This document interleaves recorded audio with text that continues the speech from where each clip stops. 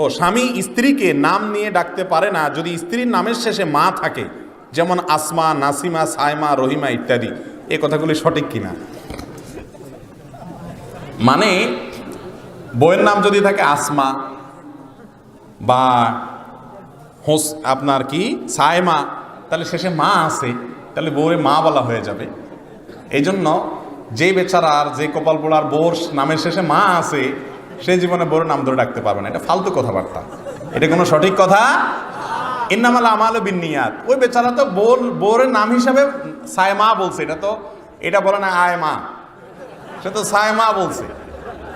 আয় মা যদি বলতো নাউজুবিল্লাহ, তাহলে আয় মা দুইটা মিলে আয় মা, বউরে মা ডাকতো, সেটা আরেক বেজাল হইতো। বিবাহ না ঠিকার সম্ভাবনা ছিল, জেহার হতে পারতো। কিন্তু সাইমা টাইমা বা এরকম মা বললে শেষে কোনো অসুবিধা।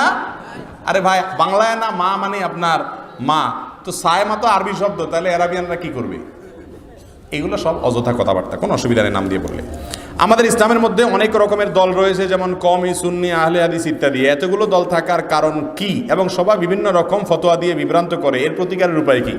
এটার প্রতিকারের উপায় হলো আপনি নিজে কোরআন সম্পর্কে মৌলিক ধারণা থাকতে হবে। আপনি যদি কানা হন তাহলে আপনার কানাকে সবাই কি দেখাবে? হাইকোর্ট দেখাবে। হাইকোর্ট যাতে দেখাইতে না পারে সেজন্য নিজে একটু চোখ কানটা অন্তত খুলতে হবে, বেসিক জ্ঞান থাকতে হবে। কোন হুজুর বলেন মসজিদে প্রবেশের পর সালাম দেওয়া নাকি ঠিক নয়, কারণ তাতে মসজিদে থাকা মুসল্লিদের ডিস্টার্ব হয়। তাহলে আমরা কি মসজিদে ঢুকে সালাম দিব না? বহু হাদিসে রাসূল আকরাম সাল্লাল্লাহু আলাইহি ওয়াসাল্লাম বা সাহাবা ইকরাম মসজিদে ঢুকে সালাম দেওয়ার কথা বর্ণিত আছে। এটা হলো তখন যদি আসলেই কারো ডিস্টার্ব না হয়, সব মুসল্লিরা সুন্নত পড়তেছেন, নামাজ পড়তেছেন, আমি ঢুকতে বেশি জোরে আসসালামু আলাইকুম বলেন, অবশ্যই ডিস্টার্ব হবে। এরকম অবস্থাতে জোরে সালাম দেওয়া উচিত না। পরিবেশ বুঝে যেখানে সালামের জবাব দিতে পারবে মানুষ সেখানে দিবেন। কবরের পাশ দিয়ে খাওয়ার সময়, যাওয়ার সময় আমরা কিভাবে সালাম দেব? কবরের পাশ দিয়ে যাওয়ার সময় বিশেষ কোনো পদ্ধতি নেই। কবরের যে দোয়া আছে, জিয়ারতের দোয়া, সালামুন আলাইকুম দারা কওমিল মুমিনিন ওয়া ইন্না ইনশাআল্লাহু লাহিকুন, যে সমস্ত হাদিস দোয়া আছে কবর জিয়ারতের, এগুলো যাওয়ার সময় পাশ দিয়া পড়ে চলে যাবেন। ইমাম সাহেব জর্দা ও সিগারেট খাওয়াকে মাকরু মনে করেন এবং নিজে জর্দা দিয়ে পান খান, এরকম ইমাম বিষয়ে নামাজ পড়লে নামাজ হবে কিনা? নামাজ হয়ে যাবে, কিন্তু ইমাম সাহেবের জানা উচিত জর্দা স্বাস্থ্যের জন্য ক্ষতিকর। তামাক এটা ভয়াবহ রকমের একটা জিনিস, এটা নেশা, মাদক। এই জন্য এটা কোনো ইমাম বা মুসল্লি কারোর জন্য খাওয়া জায়েজ নাই, এটা উচিত না। বিসমিল্লাহির রহমানির রহিম কি সূরা ফাতিহার অংশ? বিসমিল্লাহির রহমানির রহিম সূরা ফাতিহার অংশ কিনা এটা নিয়ে ইখতিলাফ আছে। ইমাম আবু রহমাতুল্লাহর মতে এটা কোরআন অংশ না, ইমাম শাফিঈ রহমাতুল্লাহর মতে কোরআনের অংশ। আমাদের কাছে বিশুদ্ধতর মত হলো এটাই যে সূরা ফাতিহার অংশ বিসমিল্লাহির রহমানির রহিম না। তবে বিসমিল্লাহির রহমানির রহিম এটা কোরআনের আয়াত, কারণ সূরা নামলে আল্লাহ বলেছেন ইন্নাহু মিন সুলাইমান ওয়া ইন্নাহু বিসমিল্লাহির রহমানির রহিম। কলেজ বিশ্ববিদ্যালয়ে পড়ুয়া ছাত্রীদের তথ্য আদান প্রদানের মাধ্যম হিসেবে নিজস্ব চ্যাটিং গ্রুপ এবং ফেসবুক গ্রুপ ইত্যাদি থাকে। যেহেতু সেখানে সকল ধর্মাবলম্বী ছাত্রছাত্রী থাকে, সেহেতু গ্রুপ রুলসে ইসলামিক কিছু শেয়ার করা থেকে বিরত থাকতে বলা হয়।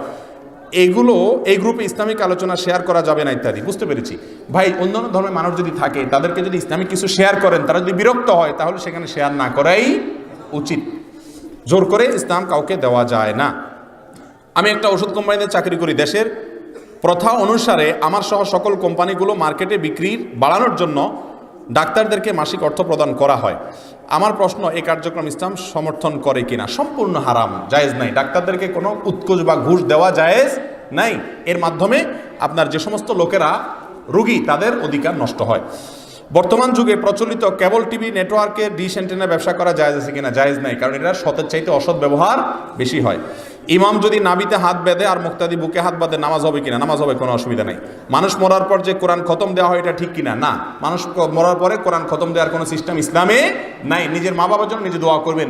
কোরআন খতম করলে মৃত ব্যক্তির তরফ থেকে সেটা জায়েজ আছে কিনা, এটা নিয়ে ইখতিলাফ আছে। যদি করাও যায়, যাদের মতো জায়েজ আছে তাদের মতেও নিজ নিজ ওয়ারিসেরটা নিজ নিজ করবেন। টাকা দিয়ে খতম পড়ানো জায়েজ নাই। আমি একটা ব্যবসা করতে গিয়ে আমার কিছু টাকা প্রয়োজন, কিন্তু কারোর কাছে হাওলাত চাইলে পাওয়া যায় না। তার জন্য যদি আমি এনজিও থেকে সুদের টাকা নিয়ে, আমার হারাম হবে কিনা? অবশ্যই হারাম হবে, কারণ আপনার জন্য, যদি আপনি এটা ছাড়া বাঁচতে পারেন, অন্য বিকল্প বহুত থাকে, বাঁচার জন্য এগুলোর দরকার হয় না, ব্যবসার জন্য করতে হয়। মাহফিলে বক্তারা যে ওয়াদাবদ্ধ শ্রোতাদেরকে অনেক ওয়াদা করে না বুঝে ওয়াদাবদ্ধ হয়, ঠিক কিনা? ওয়াদা করা বলতে যদি টাকা কালেকশন করেন মাহফিলে, ভাই বলেন বলেন জোর করে নাম নেওয়ান, সেটা কি নাই? জায়েজ নাই। লজ্জা পড়ে মানুষ থেকে টাকা আদায় করা, লজ্জা ফেলা জায়েজ নাই। মাগরিবের নামাজের পর 6 রাকাত নামাজ পড়লে কি 12 বছর নফল নামাজের সওয়াব হবে? মাগরিবের পরে 6 রাকাত নামাজকে আউবের নামাজ বলে আমাদের দেশে আলেমরা। এটা সম্পর্কে একটা হাদিসে আছে, কিন্তু হাদিসের সনদকে মুহাদ্দিসিন ইকরাম বেশিরভাগই জয়ীফ বলেছেন, দুর্বল সূত্রে বর্ণিত বলেছেন। তবে হাদিসে আছে। স্ত্রীর জন্য শ্বশুর শাশুড়ির খেদমত করা কি? স্ত্রীর জন্য শ্বশুরের খেদমত করা এটা জরুরি কিছু না, তবে নৈতিক দায়িত্ব। স্বামী যেহেতু আমার ভালোর জন্য অনেক কষ্ট করতেছেন, অতএব স্বামীর বাবা মার হয়ে তার পক্ষ থেকে তাদের সেবা করার চেষ্টা করা উচিত। কিন্তু শ্বশুর শাশুড়ি মনে রাখা উচিত, স্ত্রী এটা কোনো কাজের মেয়ে না, ছেলের বউ এটা কোনো কাজের মেয়ে না। অনেক সময় ছেলেদের বিয়েই করা হলো কিসের জন্য? কাজের জন্য। এটা জায়েজ নেই। জেনা কাজ করে দুইজন ভুল বুঝতে পেরে তওবা করার পর কোনো সম্পর্ক ছাড়া হালাল সম্পর্কের জন্য অপেক্ষা করা যাবে কিনা? হালাল সম্পর্কের জন্য অপেক্ষা করা যেতে পারে, কিন্তু কথাবার্তা বললে যোগাযোগ রাখলে হারামের দিকে আবার চলে যেতে পারে, সেই জন্য না রাখা উচিত। অনেক মাহফিলে কিছু কিছু বক্তা শুধু হাসায়, এটা ইসলাম কি বলে, কতটুকু শরীয়ত সম্মত? মাহফিল এটা কোনো কৌতুকের মঞ্চ না ভাই, এটা কোরআন হাদিসের বলার জিনিস। ইসলাম অত্যন্ত সিরিয়াস বিষয়। ইসলাম কোনো খেলনা বা তামাশার বস্তু না। প্রিয় নবী সাল্লাল্লাহু আলাইহি ওয়াসাল্লাম যখন কোরআন হাদিসের কথা বলতেন, ইসলামের কথা বলতেন, অত্যন্ত সিরিয়াসনেসের সাথে বলতেন। যদি কখনো কথার মধ্যে কোনো হাসির কথা চলে আসে, ব্যক্তিত্ব নষ্ট না হয়, ইসলামের ওজন নষ্ট না হয়, তাহলে হালকা হাসলো, এটাতে অসুবিধা নাই। কিন্তু মাহফিলের আগাগোড়া আপনার হাসানো, কান্দানো, কিচ্ছা কাহানি বলে বলে রসিয়ে রসিয়ে বিনোদন করা, এটা কোনো ম্যাগাজিন অনুষ্ঠান না।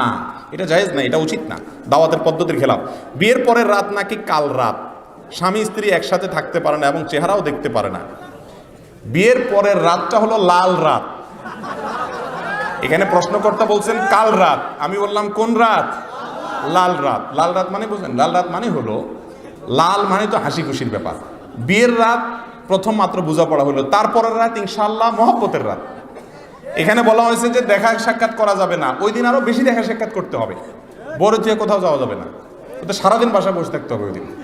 অতএব এটা কাল রাত না, এটা কি লাল রাত। এগুলো সব ভুয়া এবং ভিত্তিহীন কথাবার্তা, যারা বলে কাল রাত টাল রাত। অন্যের বউকে পালিয়ে নিয়ে বিয়ে করলে কি ইসলামে জায়েজ আছে কিনা? ভাই এটা তো আমরা আগেই বলেছি, বিয়ে এটা পালানোর জিনিস না। যদি কেউ পালাপালি করে বিয়েতে, তাহলে বুঝতে হবে এটা চোর, ওটা ভালো মানুষ না।